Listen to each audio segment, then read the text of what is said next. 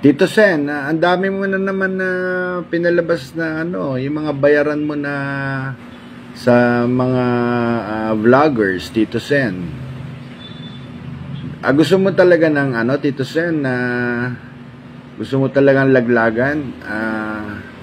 Gusto mo i-reveal ko na mula 2013 kung sino po yung kabit nyo, Tito Sen? Okay ba sa yun, Tito Sen? Gusto mo sabihin ko na kung sino yung kabit mo mula 2013 na pinalakad mo sa akin?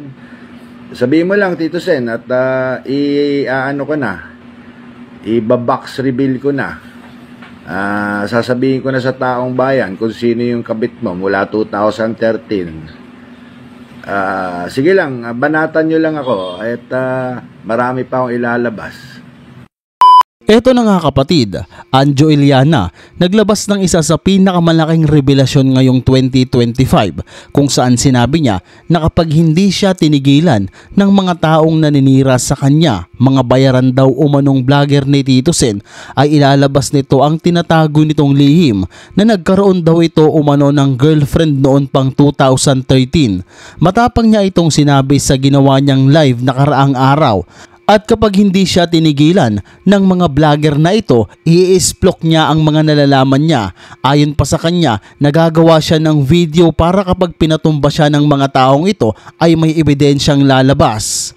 Ayon pa kay Anjo Iliana na ang iba sa mga basher niya ay mga taga Itbulaga at kapag hindi daw sila tumigil, 1,500 ang hawak niyang kwento at lahat ng iyon ay isisiwalat niya. Ito ay tungkol naman sa nagaganap sa loob ng Itbulaga, mga kalakaran, kwento at kung ano-ano pa. Ayon sa kanya na nakakadalawang kwento pa lang siya at napakarami pa niyang isisiwalat kung hindi siya titigilan ng mga taga-suporta ni Tito Sen. Baka pwedeng kausapin mo itong mga bata mo na hinay-hinay lang. Kasi tandaan mo, Tito Sen, ako may pasabog na naman ako. Yan na naman. Tito Sen, tandaan mo, hindi lang yung kabit mo ang alam ko, di ba? Kasi inutos mo sa akin yun eh. Ako lang ikaw para sa'yo eh. Pag ako hindi nyo tinigilan, sinabi ko na nga, bibigyan ko kayo ng 1 linggo na tumigil kayo. Pag hindi nyo ako tinigilan, ilalantad ko talaga. Nahihiya lang ako sa asawa nyo, kay Helen, ano mga apelido ng asawa ni... Kasi nga may edad na eh. Oo. Tsaka kaibigan ko rin yung anak niyang vice mayor. Ayoko sanang gawin ito, pero sila nag-umpisa eh. Sila yung naglalabas ng mga kasiraan sa akin eh. Sabi nga, if you push me, kumbaga sa wall at binanatan niyo ako ng binanatan, talagang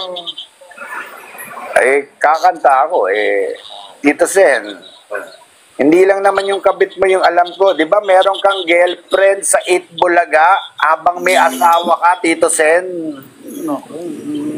Ano ba naman yan? At sila po, nagtatapos. Pero bago ang lahat ng ito, nilinaw niya na hindi siya natatakot sa TVJ. Mariin niyang sinabi na may sindikato dyan sa Itbulaga at masama ang ibang mga tao dyan. Ayon pa sa kanya na si Director Bert De Leon mula 1979 ay direktor ng Itbulaga at bago ito mamatay, umiyak daw umano ito sa kanya dahil pinagsasaksak ito sa likod. In short, tinraidor, siniraan, para matanggal bilang direktor ng Itbulaga. Pati kamo ang asawa nito ay winalang hiya ayon kay Anjo. Pabiro niya pang sinabi na baka kapag kinanta niya ang lahat ng nalalaman niya sa Itbulaga, baka magsara ang istasyon na ito. At ang pinakadiniin niya dito ay nagkaroon daw umano si Tito Sen ng babae na pinalakad mismo sa kanya. Hindi naman daw sana niya sasabihin ang mga ganitong bagay, pero sila daw ang naglabas ng kasiraan sa kanya, wika ni Anjo. Ayon pa na bukod sa girlfriend nito ay mayroon din itong kabit at ang girlfriend ni Tito Sen ay naging girlfriend din daw ni Bossing ayon kay Anjo Iliana. Hindi lang yan dahil sinabi din mismo ni Anjo na may payroll ito sa media kung saan binabayaran nito ang media. Mga trader dyan sa loob na maraming binenta dyan sa loob sa loob ng Itbulaga. Ewan ko kung alam ng boss dyan. Ako kasi tahimik lang ako. feeling bitter daw ako. Naku, baka pag kinuwento ko sa yung mga kalokohan dyan sa Itbulaga, magsara yung istasyon. Kaya, tama na yung tahimik na lang ako. Pero saan nga ba nagsimula ang alitan na ito? Mula sa samahan nila sa Itbulaga, ngayon ay nauwi sa palitan ng salita, mga pasaring at mga paratang na ikinagulat ng publiko. Ano nga ba ang ugat ng alitan at sino ang dapat paniwalaan? Matagal ng bahagi ng Itbulaga si Anjo Iliana, isa siya sa mga kilalang komedyante at host ng longest running noontime show sa bansa. Pero noong nakaraang taon, nagiba ang ihip ng hangin. Sa gitna ng pagbabago ng programa, naalis si Anjo at doon daw nagsimula ang issue. Ayon kay Anjo, hindi raw siya nabayaran ng tama sa kanyang mga huling buwan bilang host at may mga binanggit pa siyang unpaid salaries at mga utang na hindi pa raw nababayaran ng Tape INC, ang production company sa likod ng Itbulaga. Habang tahimik naman si Tito Sotto at ang ibang dabarkads, nagpost si Anjo Iliana sa social media na tila hamon para sa mga dating kasamahan. Sabi niya, kung wala kayong tinatago, ilabas nyo ang resibo, at doon nagsimula ang tensyon. Sa isang live stream nagsalita si Anjo ng mas direkta. Binanggit niya ang pangalan ni Tito Sotto at nagsabing may lihim daw ito kasama sa mga sinabing pagkakaroon ng kabit o ibang babae noong 2013. Ang payag na ito ay lalong nagpasabog sa social media.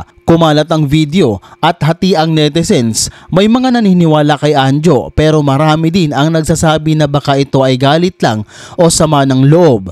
Sa kabilang banda, nananatiling tahimik si Tito Sotto. Ayon sa ilang ulat, ayaw na raw niyang patulan ang mga sinasabi ni Anjo. Sa halip ay pinili niyang manahimik at hayaan ng publiko ang humusga. Naging mainit ang komento ng mga netizens. May mga nagsasabing matagal nang may hidwaan sa pagitan ng mga dating dabarkads. Ang iba naman ay naniniwala na si Anjo ay naghahanap lamang ng hustisya para sa hindi nabayarang trabaho. Ngunit may ilan din na nagsasabing dapat ay hindi na dinala sa publiko ni Anjo ang mga personal na issue. Dahil sa tagal na nilang nagsama sa Itbulaga, ang kanilang alitan ay nagdulot pa ng panghinayang sa mga fans na sanay na makita silang masaya sa TV. Hanggang ngayon, walang opisyal na kaso o dokumentong inilalabas kay Tito Sotto tungkol sa mga paratang. Wala ring kumpirmasyon mula sa kampo ni Helen Gamboa, ang asawa ni Tito Sotto, ukol sa issue ng kabit. Samantala, patuloy pa rin si Anjo sa pagbibigay ng mga pahayag online habang marami ang mga nagtatanong kung bakit niya biglang binuksan ang ganitong issue matapos ang ilang taon. Ang Itbulaga ay patuloy pa ring tumatakbo, ngunit malinaw na ang sigalot na ito ay nagdulot ng mantsa sa dating samahan ng mga host. Sa dulo, ang katotohanan ay nananatiling nasa gitna ng dalawang panig. Si Anjo Iliana nagsalita ng kanyang nararamdaman at si Tito Sotto naman ay nananahimik lang sa gitna ng kontrobersyal. Isa lang ang malinaw, ang samahang minsan nagpatawa sa milyong-milyong Pilipino, ngayon ay nabalutan ng issue at tanong, hanggang saan nga ba ang katotohanan at sino ang dapat paniwalaan? May ilang netizen na nagsasabing ginamit ni Anjo Iliana ang mga pahayag bilang patama o banat kay Tito Sen kaugnay sa alleged flood control project controversy.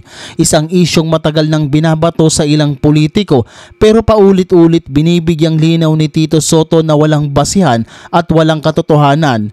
Kaya ang ibang tao iniisip na ang galit o mga post ni Anjo ay may double meaning. Una, tungkol sa hindi nabayarang sweldo sa Tape INC.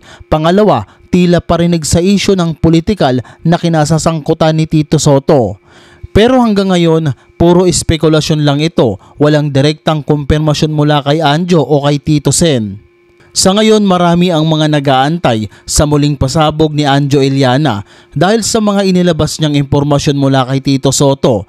Pero dahil din dyan, marami ang mga taong nagalit kay Anjo na dapat daw hindi niya na ito sinabi sa live bilang dating magkaibigan, magkatrabaho at magkapamilya. Ang babae naman na tinutukoy ni Anjo Iliana ay wala pang kumpirmasyon at dapat sa kanya magmula ang kwento na ito dahil siya naman ang naglabas lalabas ng mga ganitong issue. Sa ngayon, antay natin ng mga bagong issue na sasabihin ni Anjo at kung may katotohanan ba ang lahat ng mga ito.